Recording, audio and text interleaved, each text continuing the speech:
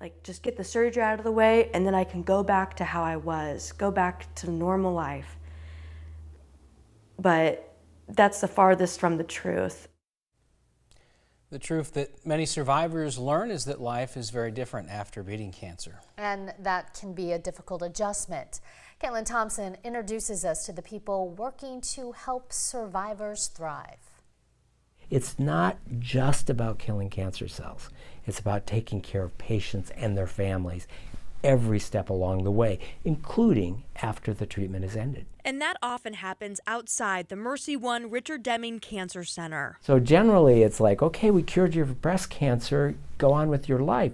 But their life has been changed. As the medical director, Dr. Deming sees the many ways cancer changes people. Physical, psychosocial, emotional, financial, spiritual, philosophical, sexual issues as a consequence of their cancer diagnosis and their cancer treatment. And that consequence can be hard to live with, which is why Dr. Deming started a nonprofit to help survivors answer this. How do you take a bump in the road of life and use it as a springboard to better living as opposed to a barrier to move forward? Above and Beyond Cancer offers free fitness, nutrition, and wellness programs to help survivors gain healthy habits, recover, and prevent disease. It began back in 2011 when a team of cancer survivors went to Mount Everest Base Camp. Mary Van Hukelum helped lead that original team. You feel an immediate energy and raw connection, and you can witness that amongst cancer survivors.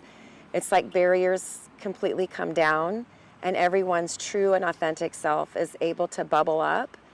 And with that, when you are in that environment, there's nothing but growth. That growth gave Mary a new role. She was offered to be the program director at Above and Beyond. Her job is to help people after they survive cancer by connecting them to the different programs. So when we're practicing mindfulness, we're not ruminating about the past or we projecting about the future. We are being enveloped in the present moment. She even leads some of the classes. But she never expected what she did for work would become what she had to face in life. Soon after I turned 50, I was diagnosed with colon cancer, and that was cured after surgery. And about 13 months after that, I was diagnosed with breast cancer. In the last year, Mary completed 7 months of chemotherapy infusions. She's now recovering from a bilateral mastectomy surgery without reconstruction. Treatments and procedures she's seen others go through, but now had to endure herself. As much as I had felt connected to my fellow cancer survivors, with my diagnosis, that magnified by 100. The diagnosis deepened those connections, but it was her work that gave her the purpose to keep going and keep smiling. There were multiple times within my journey, it usually happened a few days after a treatment, that I would say to myself, I don't know how I can get out of bed today, I'm so tired. But because I had something that people were expecting me to be there, I willed myself to go. And she's glad she did.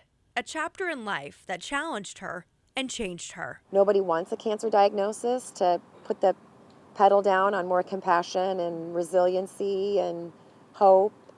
But again, this is life. Cancer or not, we have adversities that with reflection, we can grow with that and through it.